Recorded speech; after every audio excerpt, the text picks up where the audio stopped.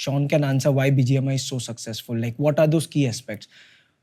Yeah, my understanding, I mean, different people might have different opinion, I think, about BGMI or like similar games. I think it has very good, largely speaking, there are two elements for the success, I believe. Maybe you guys can add.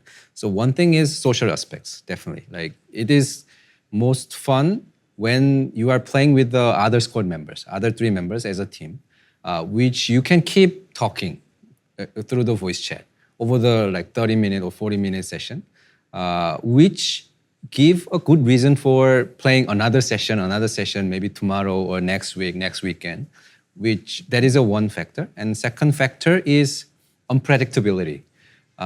It is mostly like the similar elements in many multiplayer games, but I think the Battle Royale genre itself, it has large open, not really fully open, but large map, like 8 by 8, 8 kilometer by 8 kilometers. So there are a lot of elements of unpredictability and less repeatability. So every gameplay feels different.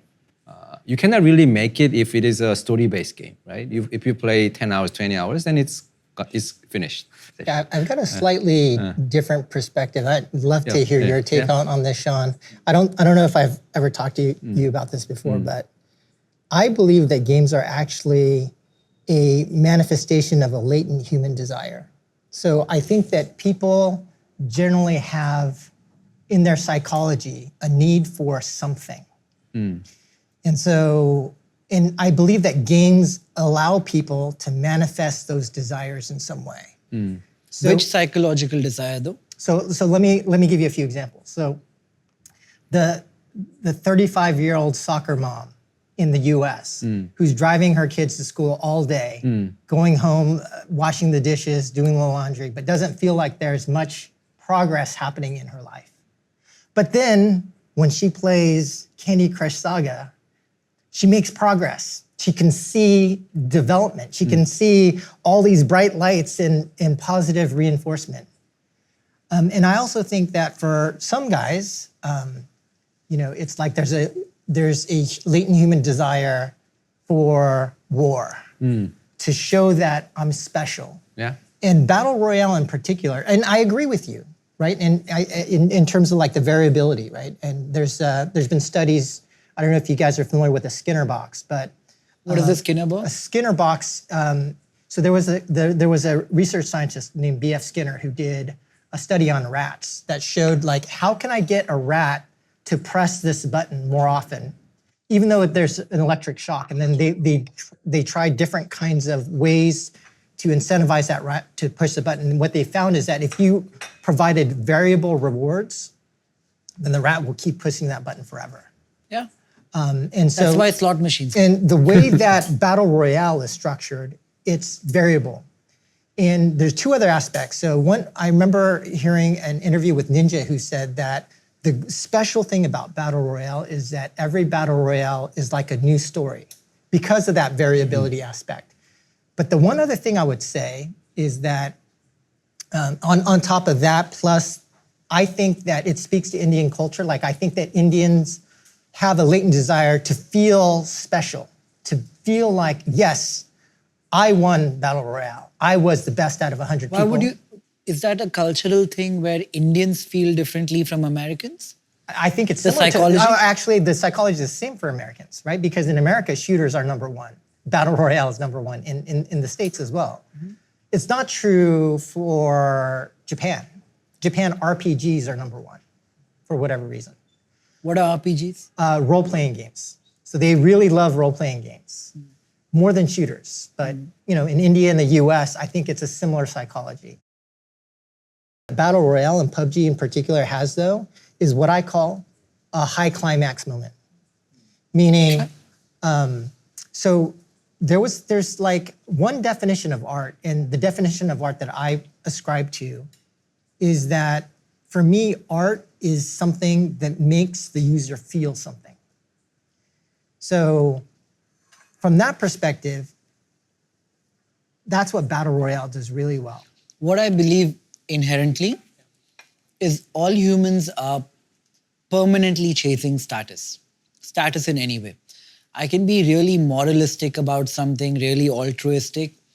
I can vie for sympathy. With everything, I can chase some kind of status.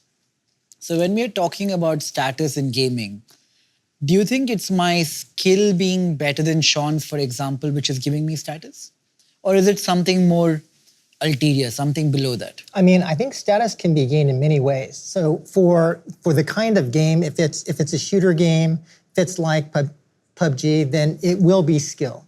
So skill will differentiate you. Now, I mentioned that I used to work at a company called Fun Plus, and we worked on a 4X game, which is more of a, it's you march, you build up armies, you work with other people to defeat other people.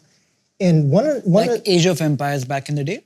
That's more of a PC 4X game. I think the most famous 4X game for mobile is called Game of War. Mm-hmm. And one of the things that we say in the 4X industry is like... What does 4X stand for? Explore, I don't know, I don't even remember anymore. I don't know. Exterminate, something. Anyway, there's 4Xs, but one of the things that we used to talk about is like, you know, what would somebody pay to become famous? Like if you could be known by 30,000 people, how valuable would that be to you? What would you pay for that? Well, guess what? In 4X games, people do pay it so that they can be famous. Famous in the social circle inside. Yeah, so you might be, you know, you might be Locktar59, and nobody in the real world knows who you are, but in a specific game, they might be like, oh my God, that's Locktar59. You know what I'm saying? So what you're saying is like everything else in the world, people inside games that are working are chasing status. That could be one thing. They could be chasing emotion. They could be chasing status. They could be chasing a feeling of progress. And I think the different types of games help people cope with their latent human desires for something. And is it very hard because of the opportunity cost?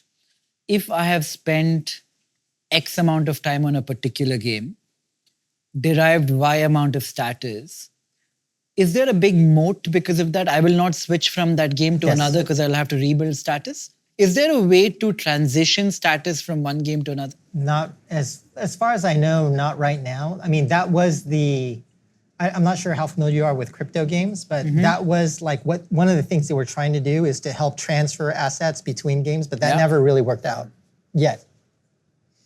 As a gamer, it did work out for me. I mean, like if I look at, I had a very good following and people knew me, 8-bit thug in Clash Royale, and it really helped me transition as a gamer, purely as a gamer, transition well into PUBG Mobile in India, and people still knew me, and people would still want to join 8-bit because they knew me from that, and I had a status. But are you talking about your status in-game or out of the game? In-game, purely in-game, because that time it was all my friends within the game where people I have never met.